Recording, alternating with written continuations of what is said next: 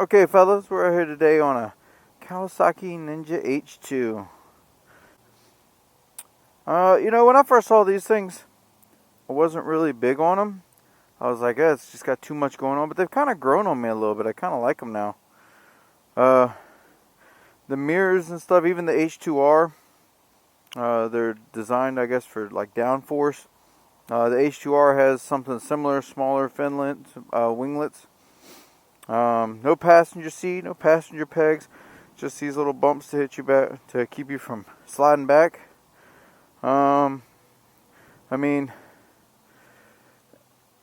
It's a different bike. So just sitting on it feels big. The dash looks kind of simple. Let's power it up.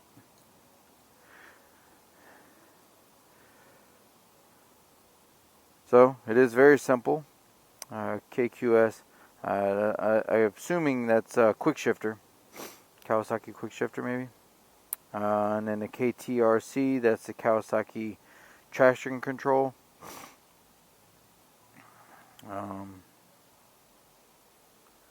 Modes. I guess that's it over there. Now, so it's got some switches over here, arrows and modes over here.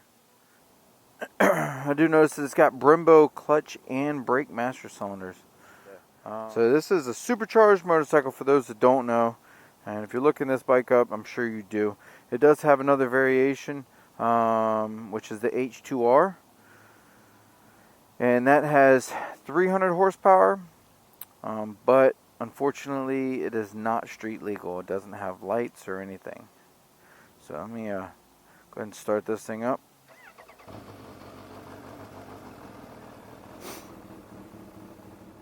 So this isn't a stock bike. It does have a Akrapovic full system exhaust and a carbon fiber front fairing. But other than that, I think it's pretty much stock. I can tell you right now, that turn signal seems high. Seems very high. Like this is where I feel like the turn signal should be, and it's up here. Like I almost have to pick my hand up to get to it. Alright. Oh, look at that. Look at that. The RPMs light up as the gauge goes by it. I didn't even really pay attention to that. It shows how observant I've been. Like everything's blacked out until you get by it and then it lights up.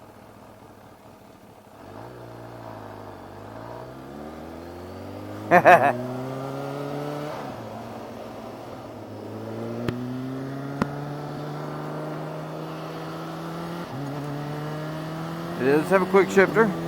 That quick shifter is jarring. That is not a nice quick shifter. Very very abrupt. I don't know how I feel about that. Maybe I was just in between like a weird RPM or something. Maybe if I get it right next time, it'll be better. It doesn't seem like it handles awful, but it does feel a little heavy. I think there's some adjustments that can be made to make it feel better. Oh, yep, that turn signal is way too high. I grabbed at that button to do,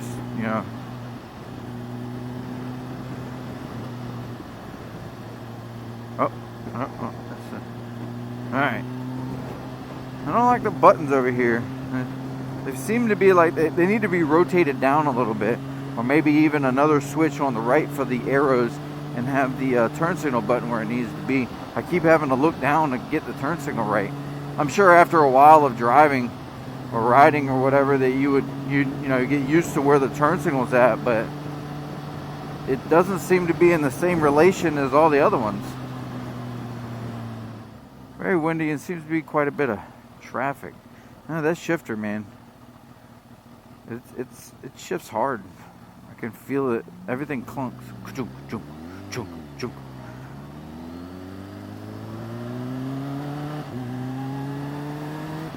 Maybe at like higher RPMs that quick shifter comes in. Be better,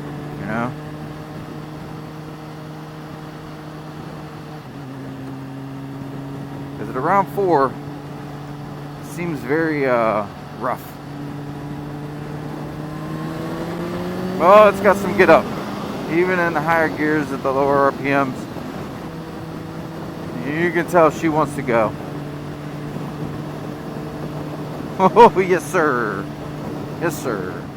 It feels like if I let it go, I have to push it in to keep it there. And if I let the bar go, it stands up. Bikes shouldn't be like that. Let's do a quick little hit. I just want to feel this supercharger. I'll do it from second at 50. Oh, wow. Holy God.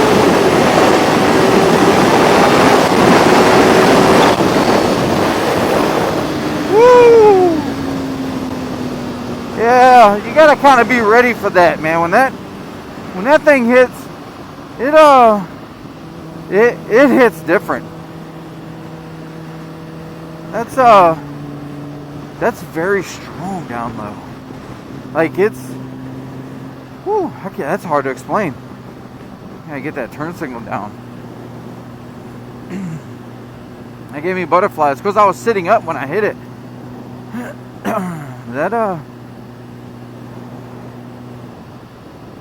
It's definitely different. It was picking the tire up in third, fourth. The S1000, the 20 S1000 that I rode did the same thing, but this one was different.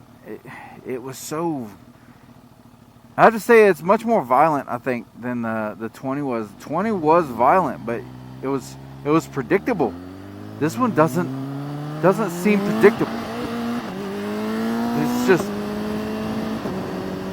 the shifter does smooth out a little bit at around 6,000-7,000 RPMs versus the 4,000 RPMs is clunky.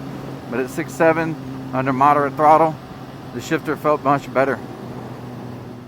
It's hard to explain how the power comes in on this. Like, it really does. It does hit different. Like, the BMW comes in, but it comes in at the higher RPMs, and it's very consistent, very strong. This is strong, but it's just like, oh, you got nothing, no power. And it's like, yo, it's so abrupt. You just twist the throttle, and it's like, there it is. Did you hear that? It was like a little blow-off valve.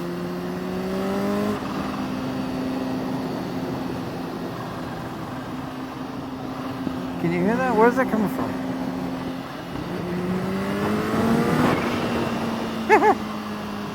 That's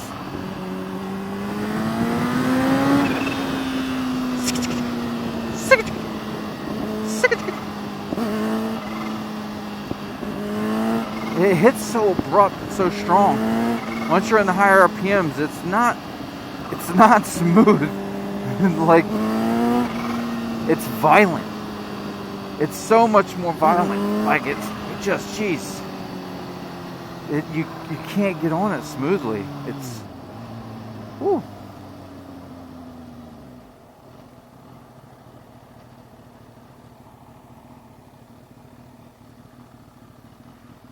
And that was just in fourth gear. That supercharger makes a difference, man.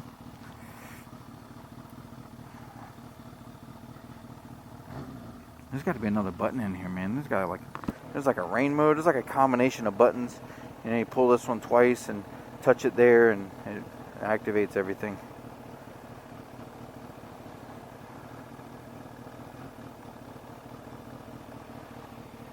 If you hold it down.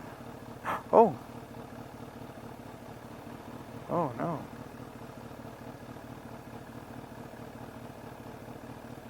I don't want to change any of that.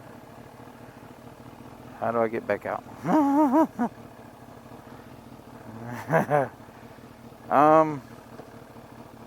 It just says unit type 2. Did that thing go away? There we go. I don't know if it timed out, or I don't want to be messing up his stuff.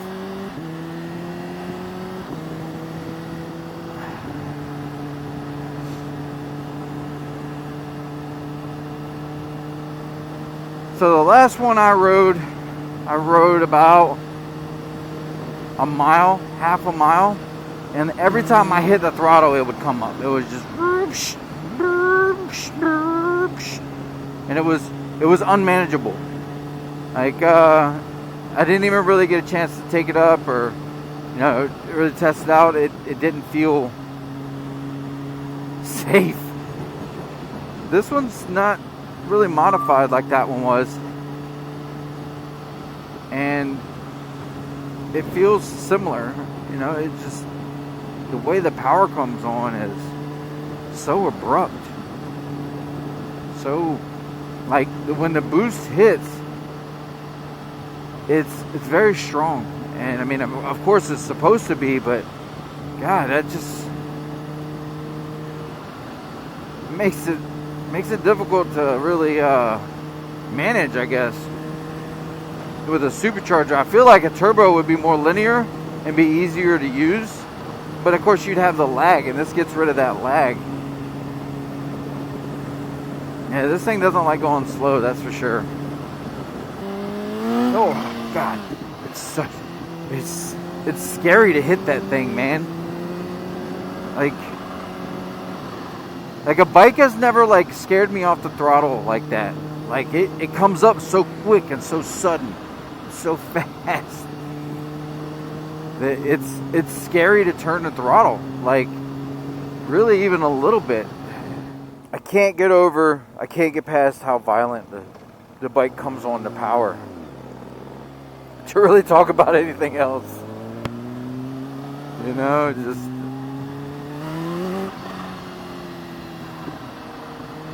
if you're in first gear and you hit it, it's so violent. Like as soon as you touch the throttle, it comes up in first gear. Soon, like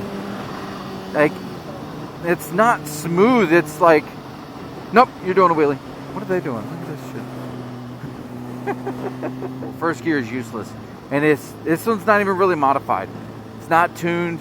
It's not flashed. It's relatively stock with a full system, and it's first gear is unmanageable. Like, yeah, you could get a little bit of power out of it, but anytime boost hits, the front end is, you're looking at the sky.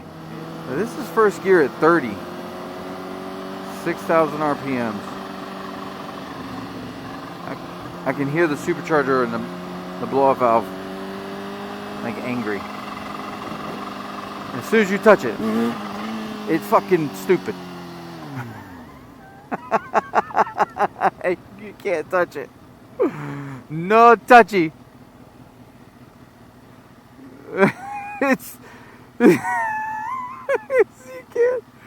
You can't touch it. Like, first gear, just forget about it. Just forget about it. It's so violent and so abrupt. I thought that the 2020 BMW was violent. This thing takes the cake. I mean, look, you get to right here. I'm just gonna touch the throttle. Just Jesus. It just flies up. You can't touch it. You can't use any of the power in first gear. Any of it. As soon as that supercharger hits, it's straight up. You can't touch it in first gear. Like, you might be able to roll off and maybe give it a little bit of beans, but you're not going to even anything what it's capable of. The first gear in this thing is ridiculous. Like, it needs longer sprockets to be even remotely even think about using any of the power. It's that, like, it's that violent. There's no other way to explain it. It's just violent. It's so fast. Like, I don't think that I could ever catch a power wheelie in first gear. Maybe at higher speeds, but it's not my bike and I don't want to try it. This bike, unstretched, is probably zero fun to ride, to be honest with you. It needs a stretch. On a stretch, this thing is probably disgusting. I don't know that I'd want this bike on the track.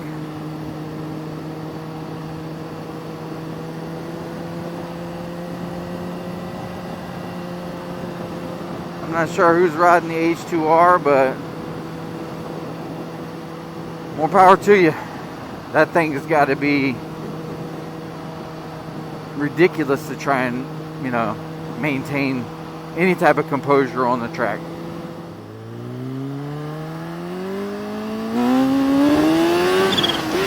Oh, my nuts. Yeah, that was a first gear thing.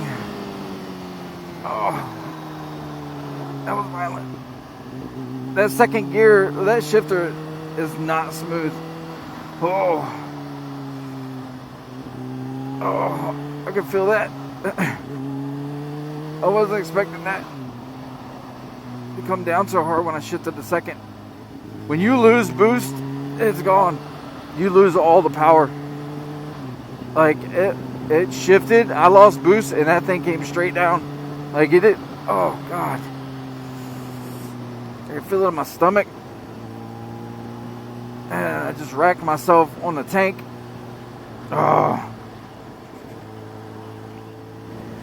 The way this thing works is like it has the boost, and when you let out, it cuts so much power and boost, and I guess it takes time to build that boost back up when you get back in the throttle.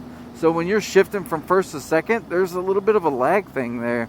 And so when I let off a little bit, popped it in a second, because my brain still works like that, because I'm not used to this bike or the quick shifters. I let off just a smidgen to kind of hold it and give it, you know, a little bit more in second gear, and it lost everything, just fell straight to the ground. I feel like I can make it handle better though. Maybe dropping it like 10 mil in the front to tuck the front tire back, I think would probably help this bike out. Oh God, it still hurt, man. I'm trying to talk over it, but it still hurts. It hurt my soul. Yeah, I still got to look down to find this turn signal. I really don't like the turn signal.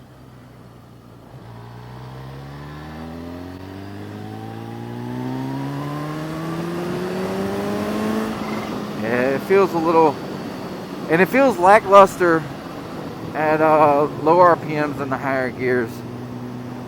Like the other 1000s are much stronger at higher gears, low RPMs. This doesn't feel the same, and I'm sure it's because of the boost.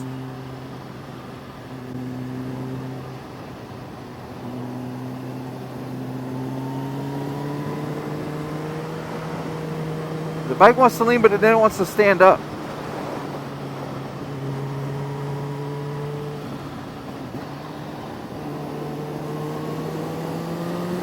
The only time that I can get it to stay where I want is if I'm accelerating through the corner.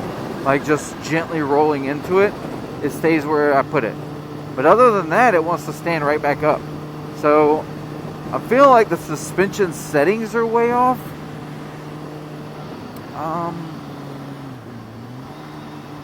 And I can't, man, like it wants to keep running wide here. And it's promoting me to want to let off the throttle. It's very upsetting. Maybe with the suspension adjustments, it'll be better. But, and on off of the throttle of this thing is not smooth either. Like if you're not consistent through the corner, I feel like you'd probably get hurt on this bike. It's just not a smooth bike. It doesn't mean it's not fun. It's definitely fun, and the power takes a lot of getting used to. But it's and I mean, I guess, like if I'm constantly on the throttle, the cornering feels good. And the bike and the suspension feel like they're working well, and the bike handles okay, but it's on and off the throttle is not smooth at all. It's very upsetting. By far, it's probably one of the funnest little bikes that I've had as far as like straight line, but I feel like that's what this bike would be. I'm sure that you can turn it I'm sure there's lots of people that are really fast on it, but I don't feel like this bike would be optimal for a track. I feel like this is like the epitome of a drag bike. Like, this thing lowered and stretched would be a force to be reckoned with. Like, it would be nasty. It just feels like it wants to be ridden at, 14,000 RPMs constantly, 12 to 14,000. That's where this bike needs to be. That's its home. Because all that boost, man, it loves that. This thing's got the eco mode too. Yeah, right. This thing probably drinks gas. Like, to the next level drinks gas. Supercharger. This thing probably gets like 16 miles to the gallon. I don't know what the gas mileage is, but if I owned this bike, it would probably get 16 miles to the gallon. I'd be getting in it constantly. But I feel like there should have been more to it, like cruise control, other buttons. Miles per gallon, 19.8. I was pretty close. I said 16. 19.8 miles to the gallon. So yeah, there's no sense in the eco mode. I think my R6 gets like almost 37 miles to the gallon. It gets like 30 when I'm acting stupid. The R1 gets a little bit less than that. Still in the high 20s, mid to high 20s. This is less than 20 miles per gallon. I'm sure that, you could probably ride it a little bit easier, and it'll manage the fuel a little bit better, but why would you want to? If I had this bike, I can promise you what I'm not doing. I'm not riding it easy. I'm engaging that supercharger every chance. That's like, why would you want to? Why would you want to ride this bike easy? It's supercharged. And it makes cool noises when you let off the gas.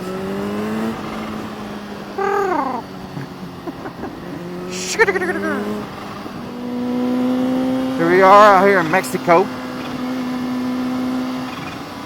Kind of wanted to just get a little baby hit on the bike. We're in second gear.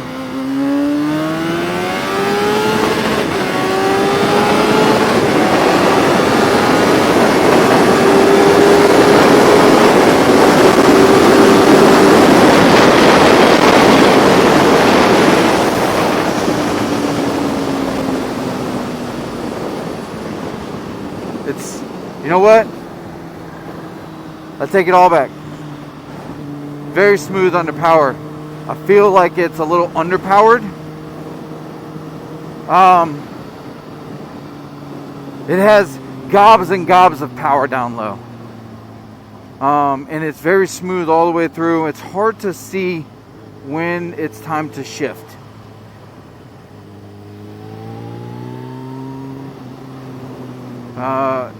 Very, very difficult. The only thing that really tells you is this little red thing right there. When, hey, that's rev limiter, 14,000. It feels like once it hits about 12,000, it kind of like levels off.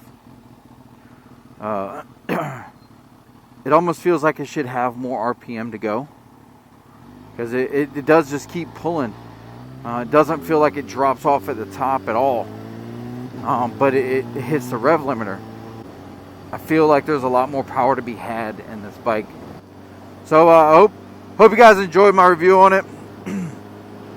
Leave me a like or a comment, subscribe, and then hope that I'll get some other bikes out here, and I'll get to review this bike once it's made some changes, and I'll get to do it again and see how I like it then. Thanks for watching, guys.